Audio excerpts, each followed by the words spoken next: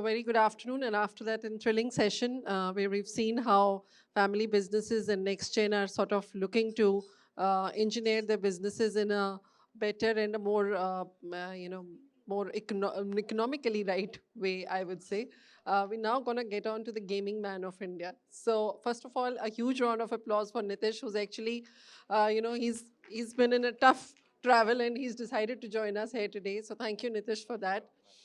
And he's built a gaming Hello. company in India when practically the only games we understood even back then, back in 1999 when they started this business. And he was probably a teenager at that time himself. 17 that time. 17, right. And when he started this business, there was practically no gaming company in this country, making games for people just for entertainment. And today, when this is the only gaming company in India, which has done an IPO as well, it is something that you've really managed to achieve as a big feat and really sort of put Indian entrepreneurship in gaming right up there. So let's give him a huge round of applause for, Thank you. building something and thinking of something which was genuinely noble and then building it up there. So, first of all, you have to tell us, how did you get started? At 17, I know we all love games. I still love games. It's my go-to when I'm stressed or tired or, just want to relax. But, what made you start a gaming company at 17? Sure. So, I came from a textile family background, textile business family. But my dad bought me Atari when I was 5 years old. I got completely hooked to gaming. And I started coding games in basic when I was 7 years old. So it's been a lifelong journey for me, a lifelong passion, and doing it for the last 30, 35 years now. So it was a natural progression by the time I got to college that I'll do something in gaming. I thought gaming in India will become big someday. As a young entrepreneur, I didn't realize that I was too early in the market, maybe 10 years too early or 15 years too early. I stuck around and still playing the game. And did you have some kind of an ecosystem ready for gaming at that point of time in India, or you honestly had to make everything from scratch? No, I mean 98, 99, the digital ecosystem in India was very premature, right? It didn't really exist a lot. The VC market, the investors market was also very early. Yes. So I think it was very early days. I still remember mobile gaming, I hadn't even started then. Correct. So yeah, it We was. only used to play it on, and I mean, I think it Yeah. practically at that point of time, the only game that I can recall is maybe a Candy Crush that we'd still Yeah. heard of. Candy Crush also actually came much later. Is it? Okay. Of course. So, the fact that you've built the gaming company and then you monetized it, I know a lot of startups actually suffer from monetization problems in the early days of business. So, how did you get the business model right? I struggled to monetize for the first, I would say 98, 99. Real monetization was in 2007, 2008. Oh, wow. So I think first decade was So, and always the VC is the funding same struggle. system. Yeah. So, who was your first investor whom you managed to convince about the future of gaming? My meaningful real investor was Westbridge Capital, Sandeep Singhal from Westbridge Capital, who invested in 2005. He saw an interview of mine on CNBC's that young entrepreneurs or whatever program they were having and called in. And then they invested in 2005, $1.5 million, which was a large sum for me that time. Oh, yeah, totally. And you've also had some very sort of, uh, privileged investors like Rakesh Jhunjhunwala, and now, of course, you have Nikhil Kamath also on board. So, how did you convince Mr. Rakesh Jhunjhunwala at that time, who was more of a market guru than a gaming guru, so to be an investor in your company? See, Rakesh ji actually came in as an investor, the big bull, in 2017. So much later in our journey, I would say. And he came in at a time when we were thinking of IPOing the company. In 2018, we had a plan to IPO the company. I think what he liked about our company is we had raised very little capital. Over from 2000 to 2017, we had raised only $3 million. But the company had grown quite a bit till then. Right. He liked our old school values in terms of cash flow, profits, etc. And you were very tight on, how because obviously startups are more about burning cash and to for Yeah, the I learned my lessons very early. In 2000, when I started, 99, started, there was this huge dot-com hype, right. right? And then there was that And big crash 2000, there was a also. huge dot-com crash. So I was 21 and I was under debt of 2-3 crore rupees that time. Oh wow. So I paid all my, what I had to at that point of time. The big learning. Yeah, so all the lessons. My mom always wanted me to do an MBA in the US. But now I often look back and say I did a more expensive and more enriching MBA Right. sitting on the streets of Mumbai trying to figure out my life. Yeah, I know that's where it is made of. We'll be happy to take questions. I know he has a flight to catch, so we'll be happy to take questions alongside. So wherever somebody wants to ask him something, so raise of hands would be nice. So honestly, as you were proceeding towards, you said in 2017 you started thinking about doing an IPO, and you had no predecessor, so to say, in gaming at least, to say that okay, this is how I'll get it right. So how did you build it up? I mean, particularly, I'm sure, with the big bull, you were able to get some things right. But putting gaming into a IPO market, whose larger customer is very, very young, and you basically asking old folks to come and invest in your company, even in a public, to become a public limited company. So how did you try to figure this whole juggle out? See, firstly, our first attempt in IPO, which was 2018, actually failed. We tried for a year. By the time we got ready, the markets went bad. We faced some investor pushback. So that was our first attempt. Again, it was a great learning experience, but didn't really go through. So it's not always your first attempt goes through. It was 2020, in the middle of COVID, we decided to reattempt. And this time we became successful in March of 21 Right. to list as the first Indian gaming company to go public. The reality is different times, different things, right? In the first attempt, we didn't get even 1x subscription. In the second attempt, we got 175 times subscription. Wow. So things have changed, right? And therefore, obviously, one learning as an entrepreneur always has been, you always bounce back and don't give up, and Right. things will happen. I think there was obviously a concern that will investors understand gaming. In our second attempt, we actually got two foreign banks, Nomura and Jefferies, to also be part of our IPO process, Pre-IPO. so that they can help explain investors, put together the story better.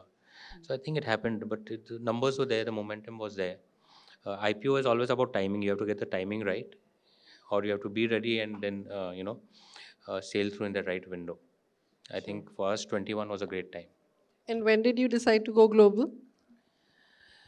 Actually, global as a company, we've been since 2007, 2008. Right. Because we were working on the telco side with many telcos, 50 telcos, 150 telcos in 50 countries. But in more recent years, we've been very acquisitive, and we've done many acquisitions of companies outside. I think that's great. In fact, in this Independence Day speech, our Prime Minister spoke about how Indian gaming companies should go global Oh yeah, and cater to absolutely. the global audience. And I think that's Yes. something Nazara is doing very actively. Yeah, I think absolutely. As I was telling you, yeah, we're just gonna pop the question to you. But as I was telling you, I'd love to see at least, not just international licensing happening in India, but Indian gaming characters coming out in the open and doing brand collaborations. And I would love to wear a T-shirt which with an Indian character on it. So I think that's where the real, the gaming consumption for an Indian consumer will start. Yes, ma'am, you have a question? Just pop it. So, hi, this is Vanya. I am the co founder at Pitch and Hire, and we are representing the AI tool for the recruitment industry. So, as the market is evolving so much right now, and you just mentioned about the uh, your cash flow from 2002 till 2017. So, what do you think now? We are still bootstrapped. So, you think we can still grow being the bootstrapped company, and then as AI is evolving, and by the time you bring up new releases in the market and new features in the market, there are other competitors who are doing it already and coming up as a competitor. So how do you make sure that your customers can would rely on your product and would still continue to be a loyal customer to you? So just tips from your experience. Yeah, I mean, I obviously have to understand far more specifics about your business to give Yeah. specific comments. Right. But I think one is whether you're bootstrapped or you are raising external capital, I think the bigger picture here is that where we stand today, unlike when I started my company in 99, the Indian market has really evolved. Today, it's about how can you, if your business allows you or has a potential to scale very large in a short period of time, then raising external capital, because there's so much external capital available and the ecosystem in our country has really developed. You have angel investors all the way to pre-IPO investors, right? And there's a lot of capital flowing. Then it makes a lot of sense to take the capital and grow big fast, because it's about how can you create. If Nazara became a $1 billion company in 20 years, I think today getting to a $1 billion company in 3 years is very much possible, right? And I think entrepreneurs should be dreaming big and dreaming, but your business model has to be suitable for that. If you think your business model is something that will grow slowly over a period of time, then bootstrapping it is the best, because you retain all equity and all control in the company. So I think there's no perfect answer, but I would say for any budding entrepreneur here today, where we stand in India, India's very much, honestly, I was just telling Ritu, to becoming the startup nation of the world, and this next decade is for startups in India, right? So if you can dream big, you have an idea that can scale fast, then you must go all in. There's no time to wait. And the second question on terms of, look, the world is changing so rapidly now, especially with AI. I've been reading this series of essays that talk about the explosion of AI in the next 3 to 4 years, getting to super intelligence is almost there. I think 99.99% of the people are grossly underestimating what AI is going to do to our world and to our lives and to everything, right? So I think focusing on that, how can you leverage that to move faster, have faster turnarounds, faster iterations, is something you have to do. Thank you so much. It was very nice. Take a few more Yeah, questions. sure. Hello, Nitish. This is Sai here. I was looking forward for this event, especially with this session. So I'm more of a metaverse enthusiast. So my question is oriented towards future of gaming. India, like Middle East, and every country in the world are looking at gaming industry roadmaps for the next 1 decade. How do you see the gaming industry evolve in the next few years? And as we young entrepreneurs or young learners here or professionals here, what type of skill set we need to focus, especially keeping that in mind, keeping the evolving industry in mind, now that AI also came in, and your thoughts on the metaverse as well and Web3 gaming. Look, what's exciting about the gaming space, why I'm in this business or at least in this space for the last 30 years, is that it's always rapidly changing. And at any point where you are, you feel was next 3 to 5 years, this industry will transform. That is an opportunity and a threat, right? For everybody. Today, as we stand specific to gaming, I see 2, 3 major uh, changes happening. One is AI, of course. I think that's a game changer in terms of how you make games, how you interact with, how do you monetize the games, and how do you engage with your audience. The second is virtual reality slash metaverse. I've been playing with the Oculus or the Apple Vision Pro also recently, and as a company, we've been looking at VR for the last decade, I would say. Right? Maybe 2010-11, we were thinking कि VR studio चालू करते हैं. Thankfully, we didn't. We would have burned too much money. But once you experience it, I think the experience has reached a point where it is just transformative. What has not reached a point is the accessibility, pricing, etc. But it completely changes the experience, right? You go from playing a game to being inside the game or inside that world. That is the future of gaming. There is no two things. And third is Web3. Again, like any changing new technology, it will go through its hype and buzz cycle. There'll be a lot of hype, then there'll be a crash, and there'll be a lot of people say this is not worth it.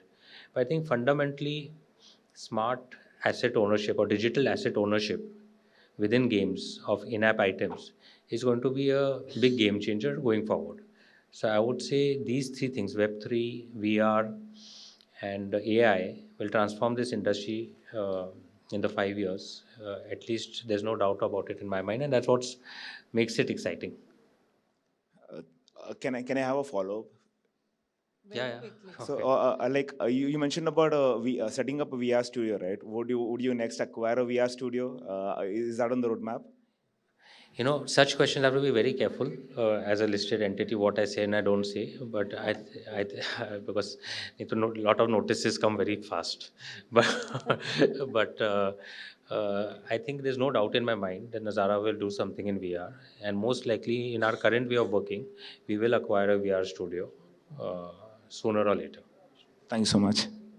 Sooner than later. My question to you is, I think, which is common for all the entrepreneurs. One, there are two questions actually. One, I want to know, when you went global, what was your strategy in terms of hiring? Did you initially work with the third party vendors, then you moved into hiring? That is one, because, for example, you go to Dubai, you need to have a hire for Arabic speaking person. It's important. Otherwise, you cannot really survive. So, what is your strategy for that? And second, in general as well, when you were expanding in India, is there any tips or tricks that you have to up your hiring game? Thank you. I think we need to learn a lot more on that front. We haven't really always been too sharp on it. We just evolved over such a long period of time.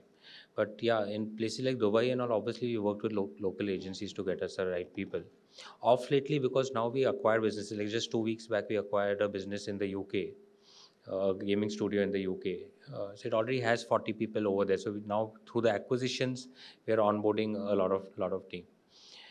I think I may say AI too much, and I know it's a buzzword today, but I think each and every aspect of what we are doing, right, has to be reinvented in that prism, including hiring. How can it really help us today? For example, in Nazara, we are building a AI playbook just for gaming. So what we've done is every component of making games, let's say testing a game, right? We're actually breaking it out, reinventing it using a AI first approach, testing it on 1 2 studios of ours, seeing the effectiveness, optimizing it, and then exporting it to all our studios. Then we are taking another component. So my expectation next 6 to 9 months, we should have a AI playbook for gaming, which is kind of built in house, using also third party tools, which can be then replicated all the studios we are acquiring. So I think I would encourage everyone in this room who's one way or the other involved in business to go back and say, in this new world of AI, how does my business change? And what can I do today to change faster? I think everybody needs to be thinking 3 years out, because otherwise there will be huge disruption, and you don't want to be on the wrong side of disruption.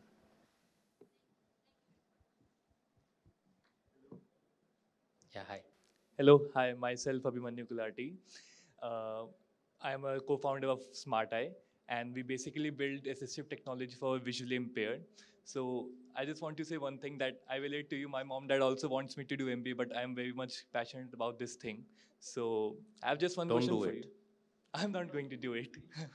Big mistake. Yeah, I'm investing on myself. So my question is, how a company would know when is the right time to file the IPO?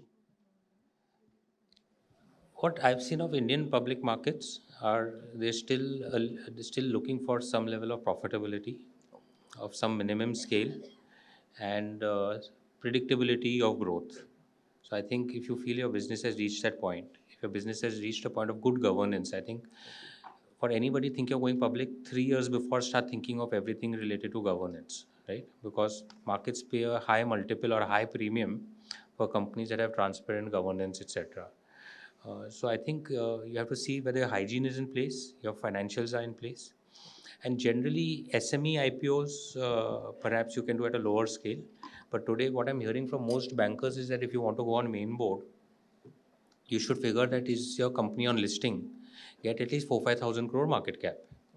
So if you get 4 5,000 crore market cap, you will be able to attract decent investors. If it's a smaller than that, then you will be kind of in no man's land. So there are 3 4 parameters that. But since you're asking me about IPO, right? I think the amount of value creation that especially tech-related startups, even other startups, but tech-related startups will do in the Indian public markets in the next decade is going to be unparalleled in the world, right? I think our Nifty will really convert into the Nasdaq of India, and therefore I think it's a great value creation for all stakeholders or all shareholders. and we all should aspire that how can we successfully list our companies and then grow it from there in the Indian market, not in US or anywhere else. Thank you. I think we'd like to close this session or maybe take the questions offline. Yeah, I think we can take one last question from the gentleman. Thank you very much. So, as you have said that my name is Achal Shekhar and I am not from the industry, I'm an advocate. We are practicing in IP and intellectual property and registration of patents, defending the rights. So as you said that AI is the future, just want to understand very quickly that what kind of challenges you are facing from your attorneys, or is there any challenges because you are continuously evolving in your personality rights, maybe the registration of the characters, maybe the new AI which you want to register. What kind of challenges you are facing from the legal industry side, maybe in making you understand, or maybe the valuation, or maybe in the process of registration, what kind of challenges you face in communicating with them or understanding the patent or maybe the intellectual property better? I think we are doing it for a while, so now we have good teams we engage with, and I would not say there's so much challenges, but I think India can do a lot more in empowering its builders to be able to successfully file patents in a much faster process. So I think there's still a lot more that can be done to facilitate it happening much more easier. Second, a lot more should be done to spread awareness that these kind of trademark registrations, patents, etc., are very important, and everyone must again keep trying to do that, so that we build strong intellectual property within our country. Right, so much activity is going on. All of us are doing. The more you don't need to only have American patents. We should all be building global patents out of India. And then if something successful, we should also see how can we register it in the US, etc., rather than just in India. So, Nitish, on a lighter note, I see startups today. We see the youth of India today so sort of engaged in building their startups, and they're sort of living and breathing and sleeping their dream of startup or building a startup. Now, as a young country, how do we make sure that not only are we engaged in doing a business, but we're at the same time also looking after our health? It's so important today, given the fact, that as a young people, when you're working like 20 hours a day, no sleep, any kind of food, how is this young country going to progress when they're 80? Sure. Look, I feel very strongly about this topic. I went to Israel a couple of times in 2017, 2018. We also now started investing in that market. And one thing I observed, two things I observed actually. Obviously, Israel has been known to be the startup nation of the world. But when I was there, I observed that everybody around me was so super fit. Of course, there they go to the army compulsorily, so they are kind of, it's ingrained. But I really put two and two together, and I said, boss, for India to become the startup nation of the world, uh, a strong focus of our young entrepreneurs and their teams not only has to be on their startup, but on their own physical fitness and mental fitness. And the reality is, you're physically fit will house a more fit mind also, right? So I think it's extremely critical. It's mostly overlooked because most startups is a stressful job here. So you'll usually hear youngsters say, I'm very stressed. I'm working 24 hours a day. I'm not sleeping. I'm smoking. I'm eating junk food, etc. Right? We need to do the reverse, and we need to make our teams do the reverse. I think it'll make a huge impact in terms of where our country can get in the next decade or two. Yes, you can clap. I appreciate that. Yeah. The second is also you should startup is a passion, boss karo, but for our mind to be productive, we do need some time off. I think I see a lot of startup entrepreneurs and teams feeling कि boss अगर मैं यही करूँगा तो मैं succeed होऊंगा. But incrementally you tire yourself out and your productivity drops. So I also encourage people find a passion and pursue it in some balance, right? For example, I've played the saxophone. I've been part of a jazz band for 25 years. Wow. Even now on the weekends, I make it a point to spend an hour or so practicing. And that really, the kind of de-stress it gives me is fantastic. So, my opinion. No, I think that's a wonderful thought, and that you've parked it with everyone today, because we need to have a passion other than our work also to pursue, because it's eventually a small life. You know, we need to be doing a lot more than what we're doing. So thank you, Nitish. Thank you for joining us here today. It's been wonderful speaking to you, and a huge, huge round of applause to him. Thank you, everyone. And we wish you many more milestones of success going forward.